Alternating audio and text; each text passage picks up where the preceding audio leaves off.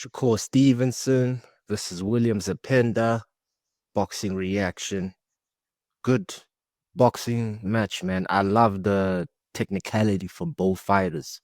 One who's defensive, counter punching in Shakur Stevenson, one that it's a brawler, non-stop, heavy pressure, volume, pace fighter in William Zepeda, and the results were impeccable.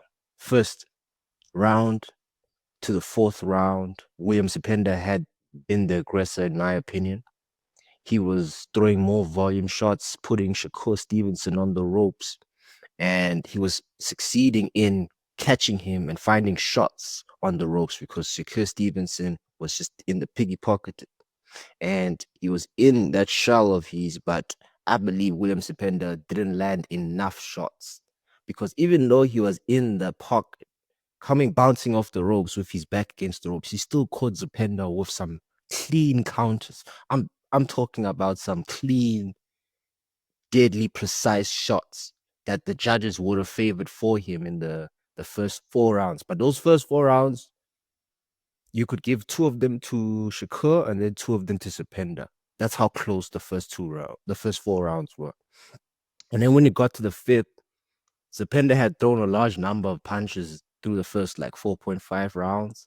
He landed like 93 out of 367 punches. You see what I'm saying? And Shakur Stevenson landed 50% of his punches, 103 to 102 to 221.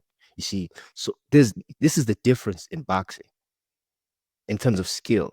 Yeah, Zepeda is a very entertaining fighter because he's a brawler and he throws a lot of volume. But the reason why people don't like Shakur is because of how strategic he is and how skillful he is. He's also entertaining, don't get me wrong. Like today, he showed us that he can actually be in the pocket as a defensive fighter and still come out clean with his slick head movement, you see. And that's what happened in the lead up, the build up to the fifth round. The fifth round, he started to go out of the ropes, against the ropes, and he started to catch Zepeda with more shots. And ultimately, I believe the reason why he was hanging on the ropes was to gas him out, and that's what happened. Like in the sixth round, you start to see Zepeda energy die a little bit. He's not starting with the same volume that he started with in the first 4 rounds. And the game of boxing is, if someone who's coming with such a volume like that, you have to neutralize that volume early. And that's what Shakur Stevenson did so that he can control the rest of the fight. Stevenson got the best in the sixth round of Zepeda in that round, landing like more bigger shots in that round. That guy, Stevenson, caught him with 3 combinations. You hit him with a 3 combination and he would catch him in the follow-up. Sometimes he would fake that 3 combination and create a 4 combination with the fourth shot being the final blow.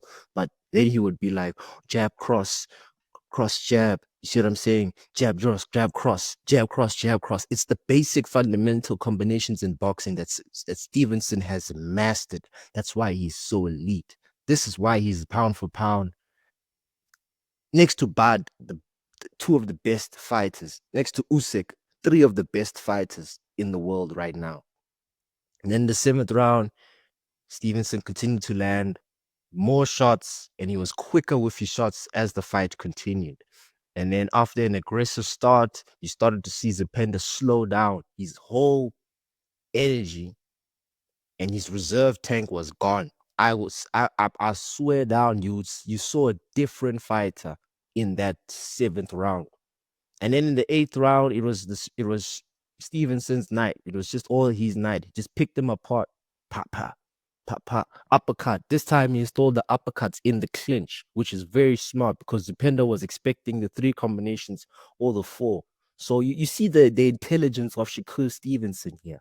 You see, in the eighth round, Zepeda slowed down but was unable to land no shots, nothing.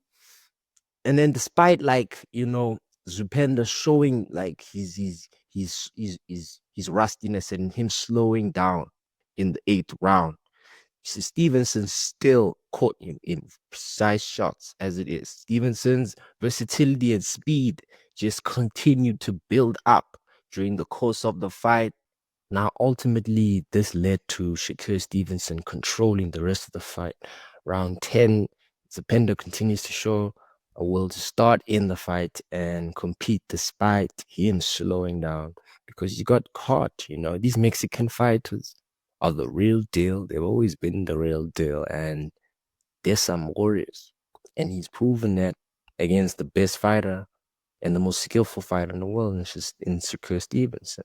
Both fighters traded blows, but it was Stevenson who was landing the most accurate and precise shots, man. This guy's precision beats the timing of Zepeda all the time.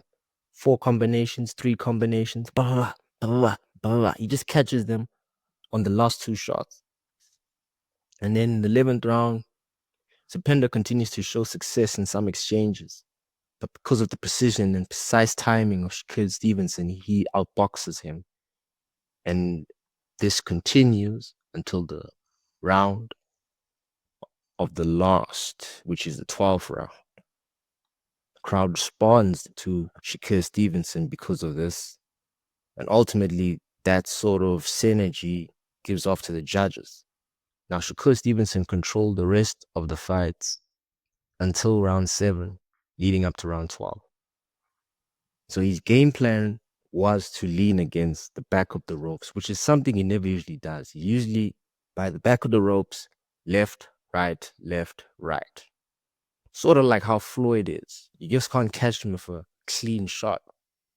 Now, what he was trying to do in the first 5 rounds was lean in the back of the ropes, go against his original plan, knowing because he's going up against a high volume, high punch fighter like William Zepeda, he allowed him to decrease his gas, decrease his energy, decrease his stamina in that first 5 rounds, throwing all those combinations against the ropes. Yes, he found success in throwing those combinations, but it wasn't enough to outscore Shakur Stevenson by 2 points. You see, it was always by 1 point. So Shakur Stevenson automatically knew after the 5th round, this guy's energy will be dropped. So I can just catch him bouncing off the ropes in the middle, in the exchange, in the clinch, because I am a better counterpuncher than he is. And he is, because of the precision and timing. Precision beats timing. Timing beats speed.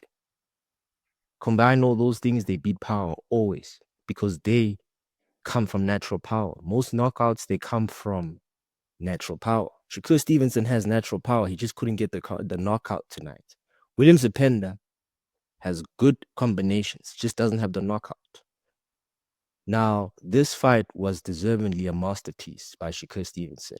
And obviously, people are going to be asking, against Gervonta Tank Davis, what can he do? Now, listen, he's not going to, of course, do the same game plan of chilling by the back of the ropes because Davis has more power than Zepeda. Of course, his combinations are not as quick and accurate as Zepeda because he's not as skillful as Zepeda. But the fact that the Stevenson knows the power difference, he won't be as, he won't be as technical, changing up his game plan than he was with Zepeda, with Gervonta Davis. Because ultimately he knows that the only way you can beat Davis is by moving around and catching with combinations. You get out the way, you neutralize his power, you neutralize his rhythm, you neutralize his volume, you frustrate the pressure, and then he determines the rhythm. That's what Shakur Stevenson does. That's what he did against William Zepeda. So ultimately, I see how he dealt with William Zepeda the same way he will deal with Gervonta Davis in the future. This is the pound for pound most skillful boxer in the world, apart from Terence Crawford and Usyk. Alexandra Usyk. You see? And the media and the critics are going to be hating on this brother. Why? Because he got a gap tooth? Because he's a brother? I got a gap tooth. Usyk's got a gap tooth. Most fighters, we got gap tooths. Why do you think we can catch most punches and not have broken tooth? But you know what? I'm not going to talk about teeth right now. We're talking about boxing. And this brother here can outbox any one of you people who think you know boxing, because this is art. This is not about violence. and force. This is about chess, art. You see, the art of getting hit is for you losers. The art of getting hit is for you jobbers. This is not a jobber. This is a champion. The art of hit and not get hit is for champions. This channel is for champions. Like and subscribe. It's good karma. This is Red God TV. I'm out.